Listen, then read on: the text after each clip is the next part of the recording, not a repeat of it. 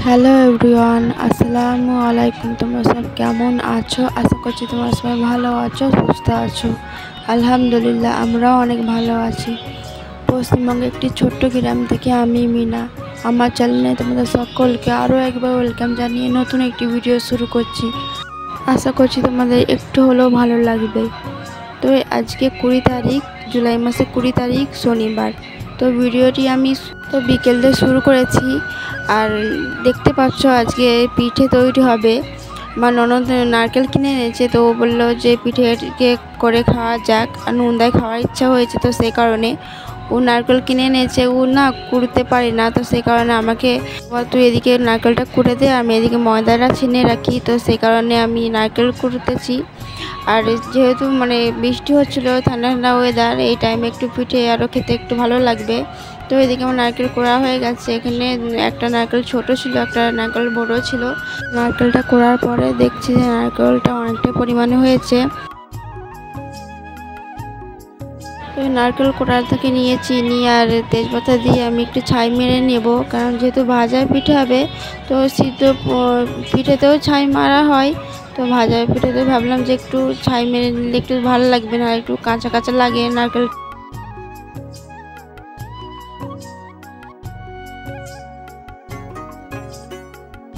তো এদিকে ও বেলতেছে আর আমি এদিকে পিঠে মুখটা মুড়ে নিচ্ছি আর কি, ভিতরে পুরটা দিয়ে। তো পরিমাণে পুর বেশি হয়ে গেছিলো, আর এদিকে ময়দা খুব অল্প পরিমাণে আর কি ছানা হয়েছে। ভেবেছিলো যে অল্প হবে, তো সেই কারণে। আর আমার ননদের ছেলেকে আমি একটু ভিডিও করতে বলছিলাম। ও ফোনটা নিয়ে একটু লড়াচড়া করতে, যেহেতু ছোটো বাচ্চা, 3 বছরও হয়নি বয়স, তো ওকে আমি ফোনটা একটু ধরতে দিয়েছি, যে করছি একটু এইভাবে ফোনটা একটু ধরে রাখো, এটা বলে আর কি ধরতে দিচ্ছি। তো এদিকে পিঠেটা তৈরি হয়ে গেছে। এদিকে দেখতে খুব লোভনীয় হয়েছে, খেতে খুব ভালো হয়েছে আর কি। আর পুরো তেলে ছাঁকা আর কি পিঠেটা পুরো। আর আমি দেখছিলাম যে কোনটায় বেশি পুর আছে, তো যেটা বেশি পুর সেটা আমি বেছে বেছে আর কি নিলাম। ছোটোবেলায় আমি একই করতাম, ছোটোবেলায় যখন মা পিঠে করতো বাড়িতে, আমি যেটা বেশি পুর সেটা আমি দেখে আর কি নিতাম।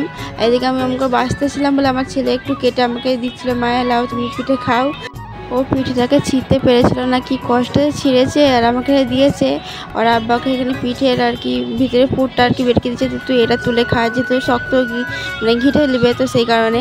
তো এটা হচ্ছে রবিবার, আর সকালে উঠে আর কি ঘর আরও ঝাড়ু দেওয়া হয়ে গেছে। আর আজকে না রোদ্দুর খুব ভালো উঠেছে, কিন্তু তোমার দাদাভাইয়ের যে কাজ হয়নি, কারণ কাজের সাইডে যেও আর কি ফিরতে এসেছে, কারণ সেখানে তো মাল পড়েনি, বালি আরও পড়েনি, তো সেই কারণে। তো এদিকে ওনাকে কচিকে ধরতে দিয়ে আর আমি এদিকে বাসনপত্র ধুয়েতে চলে এসেছি।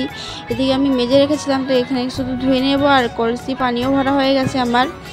একেই তো বর্ষাকাল, কাজ বন্ধ, আর আজকে না অনেক রোদ্দুর, আজকে সারাদিন বৃষ্টি একটু হয়নি, তো আজকেও কাজ বন্ধ, জানো তো।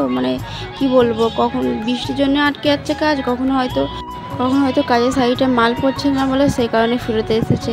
দুপুরের থেকে না সকালে বেশি বাসনপত্র এঁট হয়ে থাকে, কি বলবো, এক জাত আমি ধুয়ে নিয়ে গেছি, আর এগুলো আর কি ধোয়া হয়েছিল না, তো এগুলো ভালোভাবে মেজে নিচ্ছি। ভেবেছি দেরি আর কি আমি ধুচ্ছিলাম, তো মাঝখানে আমি বসে পড়ছিলাম, কারণ এখানে না প্রচণ্ড পা আর কি কনকন করে, বসেও ধুলেও কি আর দেরিয়ে ধুলেও কি একই কোমর যন্ত্রণা করে, কনকন করে, বিরক্ত লাগে, জানো তো। যদি পুকুরে বসে টক করে একসাথে ধোয়া হয়ে গেলো, এখন যে টাইম করে পানি আসবে আবার ধোবো।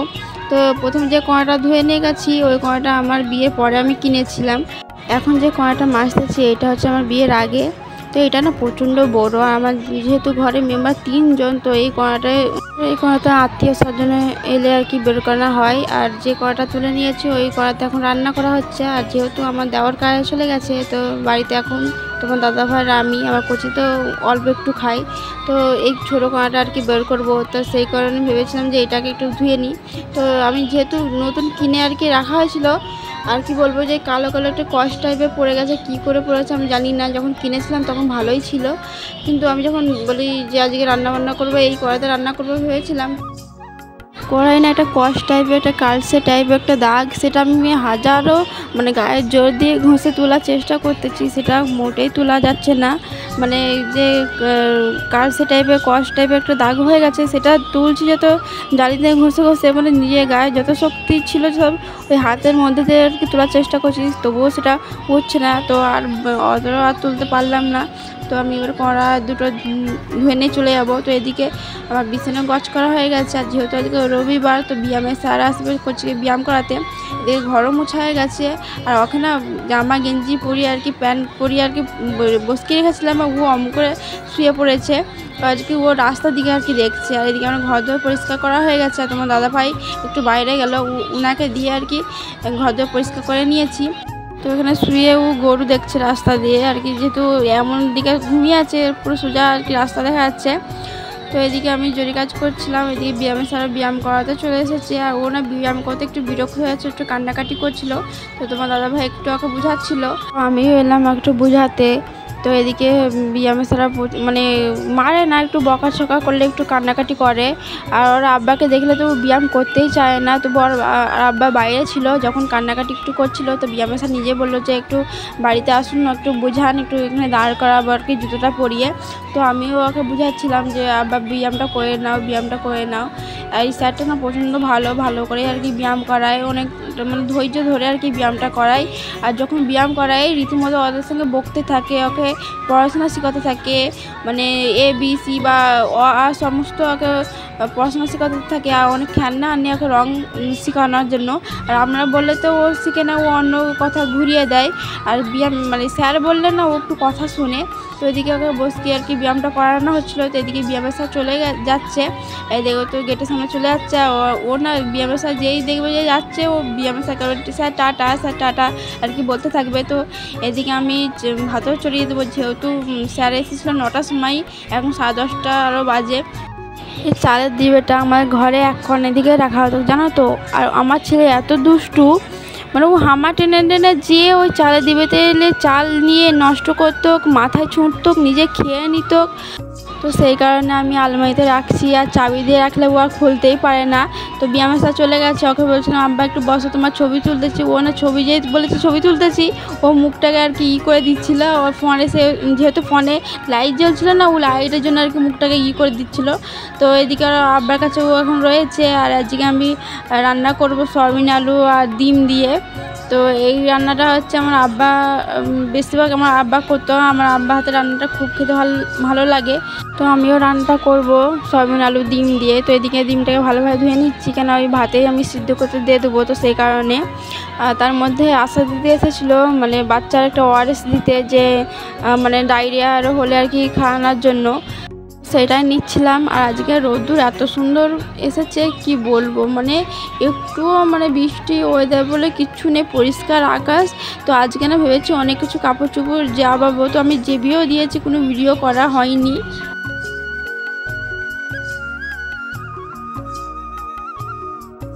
তো চলো এবারে আনাজটা করে নিই।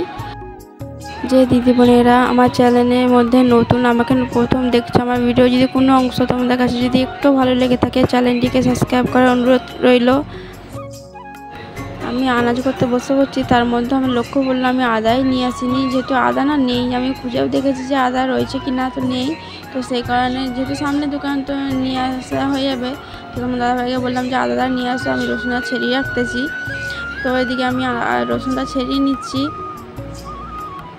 তো এদিকে আমার আনাজ করা হয়ে গেছে। এদিকে আমি কড়াতে বসিয়ে দিচ্ছি, তেলও দিয়ে দিচ্ছি, তেল গরম হয়ে গেছে। তো এর মধ্যে আমি সয়াবিন দিয়ে দেবো।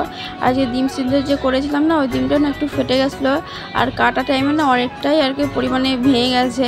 তো কিছু করার নেই, ডিমকে নিয়ে আর কি আজকে রান্নাটা করতে হবে। যেহেতু দুটো ডিম সিদ্ধ করেছিলাম, আবার যদি কিনতে পারে রেগে যাবে তোমার দাদাভাই। তো সেই কারণে আর এদিকে আমি কড়াতে তেল দিয়ে আর কি সয়াবিনটাকে ভেজে নেব নুন হলুদ লবণ দিয়ে। তো এদিকে আমার সয়াবিনটা ভাজা হয়ে গেছে। তো ওই কড়াতে আমি ডিম দিয়ে দেবো, যেহেতু ডিমের পরিমাণ না অনেকটাই পরিমাণে ভেঙে গেছে।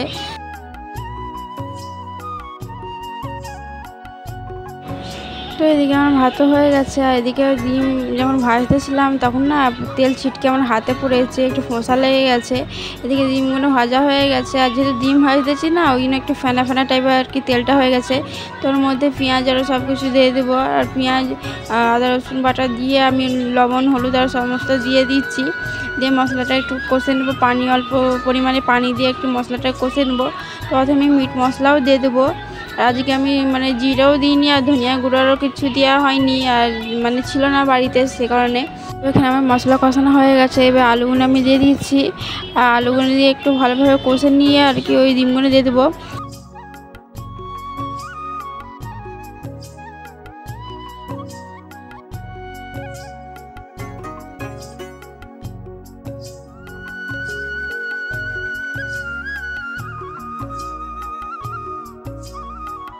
আলুগুলো কষানো হয়ে গেছে, এখানে ডিম আর সয়াবিনটা দিয়ে দেবো। তো এই ডিম সয়াবিন দেওয়ার পরেও ভালোভাবে কষে নিতে হবে।